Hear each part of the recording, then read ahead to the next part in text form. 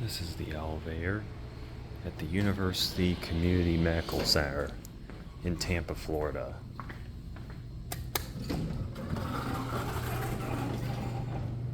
This is elevator A. Let's go 5. It's a Hontz.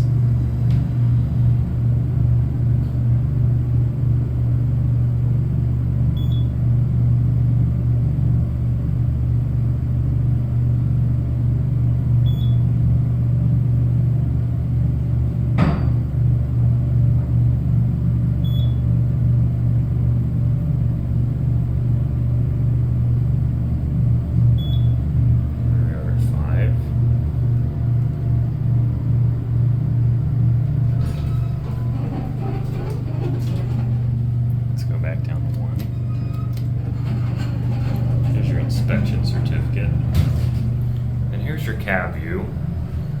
3,500 pound capacity is seen right there.